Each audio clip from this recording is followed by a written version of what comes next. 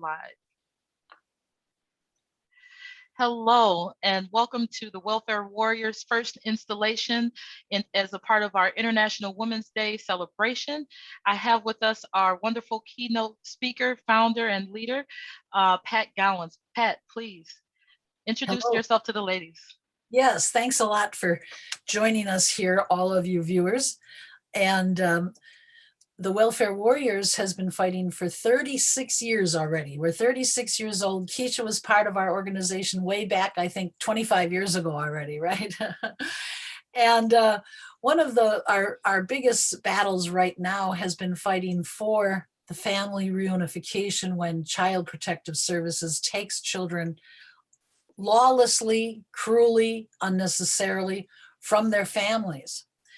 And we are starting off our event today, our International Women's Day event, talking about the government stealing our children. And we found out in recent times that not only is the government stealing so many inner city children, you know, family separation isn't something only happening on the border. And in every city and every town in the United States, inner city children and poor children in general, Black, brown, and white, are being taken away from their families just for no real reason, but based on accusations alone.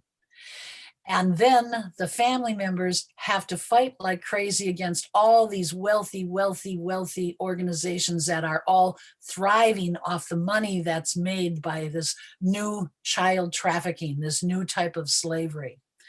So today we're going to have some of our speakers are going to be talking about their own experience having to fight when their children were taken.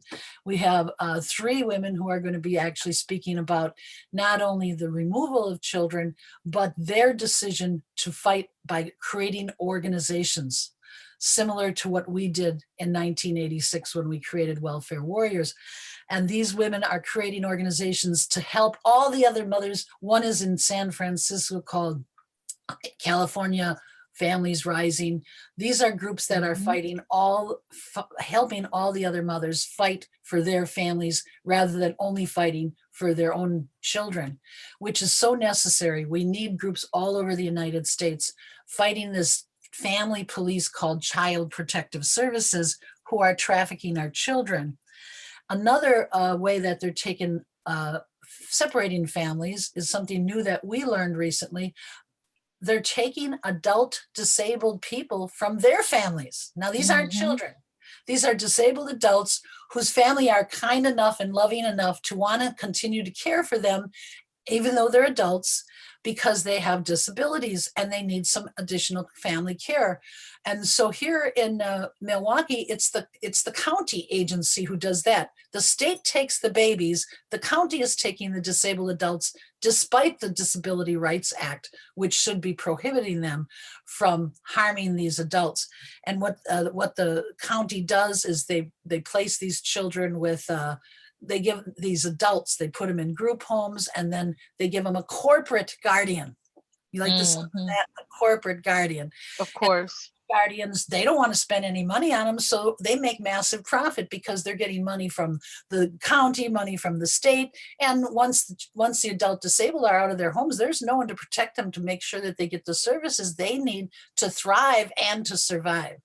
So we've got a mom here. She too started her own group called Sisters to Sisters for Change because in her family and other family members she knows have been losing their adult children to the Milwaukee County. So the child trafficking has gotten, in terms of the children, the CPS system has gotten far worse since the Clinton administration. And that was in 1996 when the Clintons were in office, I should say, Bill Clinton and Hillary, his sidekick.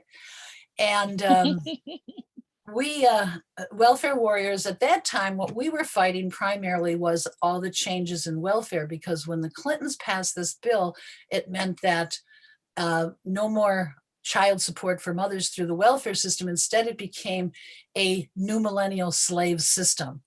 And the moms call it that because everyone in the United States who wants to apply for a welfare check has to work it off at 30 hours a week for no pay. 20 hours are for any corporation or agency that wants your labor. 10 hours is to look for work. Ironically, only 10 hours for work, 20 hours for unpaid work. The rolls on welfare immediately dropped by millions, from 5 million to 1.5, because the moms who couldn't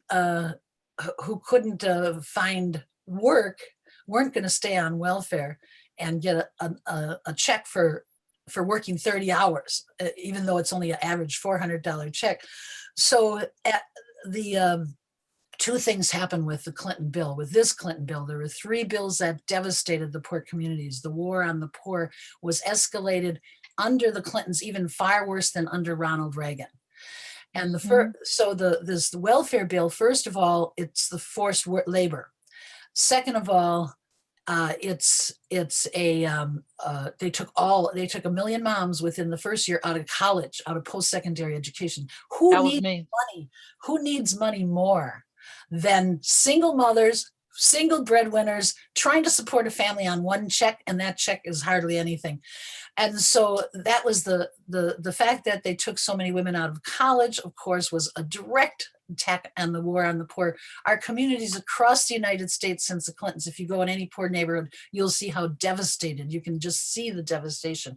The moms are gone. The first bill they passed was to get the dads out of the way. So what they did is they passed the 3 strikes and you're out, which any third offense can put you in prison for your life. It could be stealing shoelaces. Whatever it is, your third offense is the 3rd strike and you're out.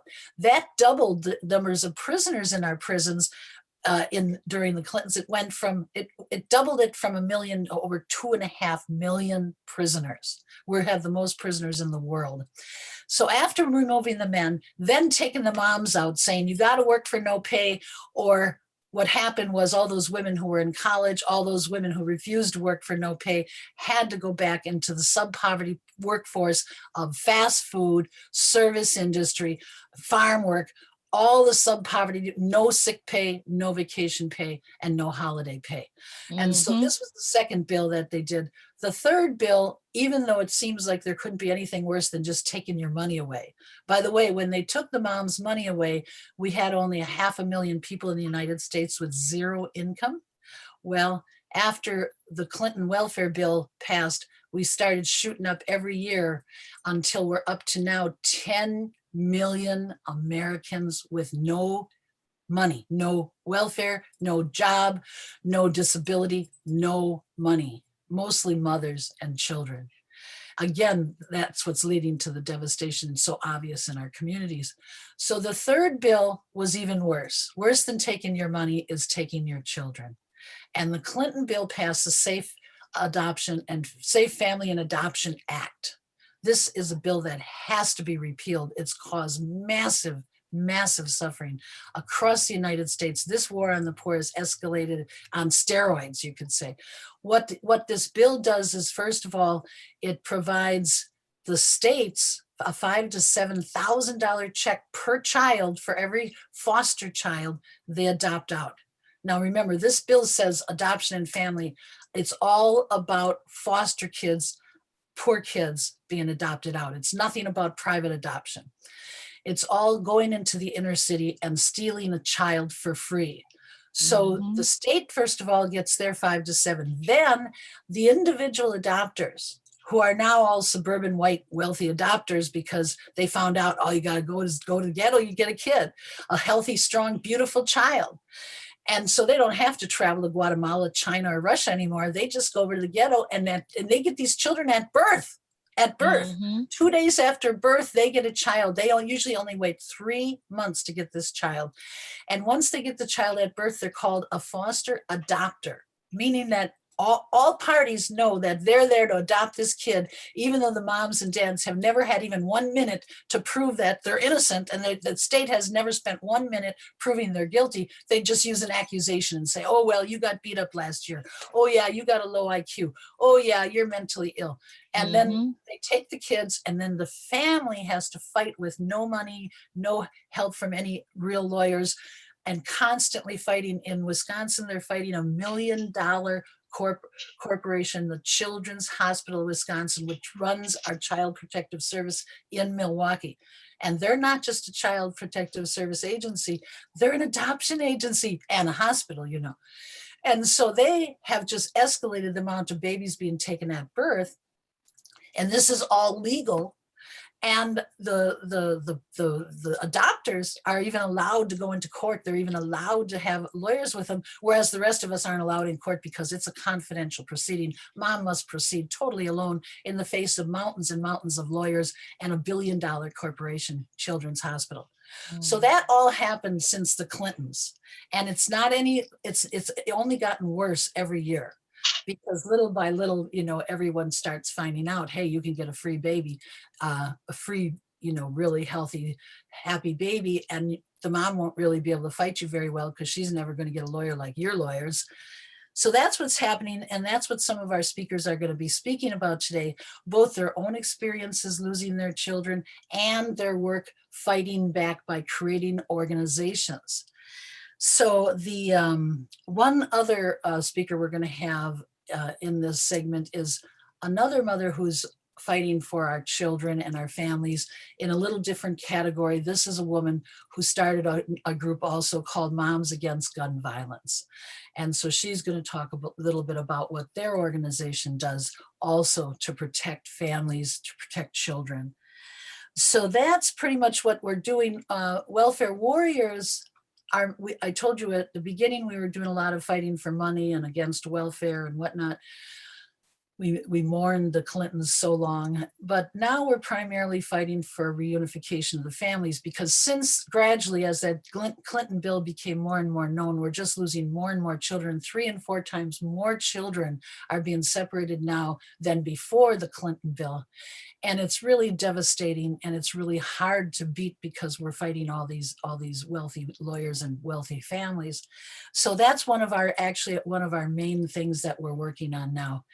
And I'd like to give right at the beginning here contact information for Welfare Warriors, so that anyone who wants to contact us and anyone who wants to get involved can contact us at 414-342-6662. That's 342-6662, area code 414. We also have an email. You can email us at WM, as for mother, wmvoice@att.net. The last thing I want to urge all of our viewers is consider getting involved in any group, anywhere, fighting for justice. And especially any mothers groups, because mothers are always on the front lines on all these wars against us, and especially the wars on the poor, because the poor keep the entire country running. The poor do all the work to keep us from being naked, hungry, and sick, because who provides our food? The poor. Who provides our clothing? The poor. Who provides our caregiving? The poor. Without Mm-hmm. the poor workers in this country and poor moms, we would truly be a sad population of people Mm-hmm. naked, hungry, and sick. So join groups or create your own groups. Like, you'll be inspired to hear some of these moms today, how they created their own groups, and get involved in any way you can, even if it's just working as a volunteer once a month. We all need to fight together and help get the word out that these wars on the poor are only getting worse. Mm-hmm. Absolutely. I agree with everything that you said, Pat.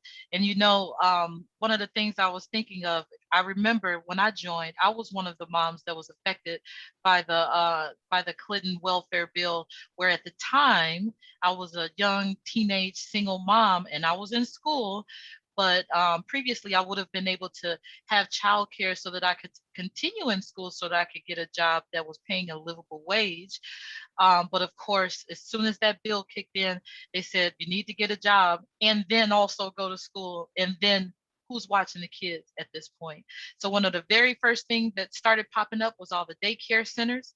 And from all of the daycare centers, you could just literally follow the money through, you know. And now today, what do you see? These independent group home owners. Why? Because they're exploiting and making money off of the new system of stealing adult kids, as well as how they have always been stealing babies from families. So I'm Thank you so so much. glad you mentioned the money, Oh, because follow the money. that you follow the money. And I said, I forgot to mention what just one money issue. Once Sure. the Clinton bill didn't just give 5 to 7,000 per head per child taken and given to suburban adopters. However, now the suburban adopters get a check for the 18 years of their adopted child's life, Yep. even though it's their own child. They actually get a guaranteed income. They're the only group of people in the United States who have a guaranteed income for their child or children.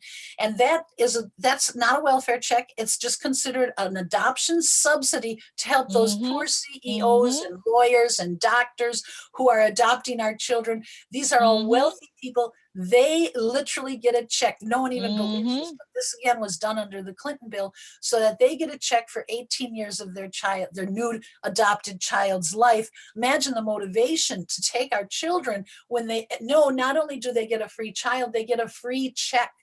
The only Mm-hmm. population in the United States that with no strings attached, who get a free check. And the money isn't just going to the adopters and isn't just going to the welfare agencies, the family police, as we call them, which needs to be defunded.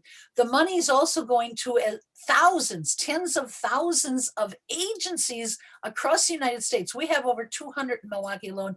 These are agencies that are also subcontracted with the welfare, the CPS system. So Mm-hmm. they get a check to provide mandatory conditions for the moms who have to meet all these conditions and create all new types of jobs for the professionals, these college degreed professionals who of course are funneling the children to their friends. And so the money is endless flow of money. In fact, where they're getting this money from is from the welfare TANF program. When the rolls dropped from 5 million to only 1 million, of course, they had lots of money to distribute to their wealthy friends. And so this money is directly coming from the TANF welfare checks. Oh, So it's yes. money, money, and money everywhere you look. And they're shameless. They're just shameless and Oh, stealing. yes. Oh, One of and the parents never get a penny. Yep. So Oh no, one of the things that I always try to emphasize to all my uh quote unquote middle class and lower middle class friends who are feeling the strain of now that they're making more money, right? They're getting more money taken from them out of their checks. Let me be 100% clear. Even though the welfare, the number of people on welfare was reduced, drastically reduced, and even though, right, even though most of these people are now working, a the amount of money that never went down, it never went down, that the government is taking out of people's checks. It didn't go down. They just take that money now and they use it to the bureaucracy. Instead of giving it to the families and the mothers, they give it to the bureaucracy that to keep their businesses and foundations and their so-called goodwill programs in place. And additionally, for all those people who are now working, because it was all get a job, get a job, get a job, those jobs are low wages. People are barely able to still sustain themselves, and guess where they have to go to get their food? They still have to go and get food stamps. And in many cases, large organizations like Walmart, Amazon, and others do not employ those people full time, because of course if they employ them full time, they would be entitled to give them health care benefits, and because they're not giving them health care benefits, they're getting it from the government and from the state. So even though all these people are now employed, they're still living in poverty and they're still relying upon the state. And even though the rolls are reduced, the dollar amount that's being sucked out of our pockets for it is still the same. So it's when actually higher. It's it is actually higher. higher. And so the next time you're in So that line it's and higher. you see somebody with a green EBT card, don't get mad at her. Don't get mad at him. Write, email, and call your local politicians so they can up that minimum wage, so that they can take some of that money and either put it back into the hands of the people that need it or take it out their fat ass pockets. Right, right. And this is about privatization. It's not just the government bureaucracy. Really, most of this money is all funneling going into the pockets of all these middle class private businesses, private corporations, private non-profits, so-called, and they're really thriving. when people say, oh, the poor middle class, no, the middle class are thriving. Any upper middle and middle class, they're thriving because they get sick pay, vacation pay, holiday Yep. pay. They Yep. get living wages, and all they have to do is terrorize and torture mothers and children who are defenseless. How they sleep at night is beyond me, but they're happy because On a they're pile of money. yeah, they sleep on their piles of money. So the last group that's going to be speaking today, now that we've talked about all the horrors that the war on the poor does bring to all of us who are poor, the last group of speakers are going to be talking about more uplifting subjects so that we can survive our struggles that were both the fights and the personal and the group fights.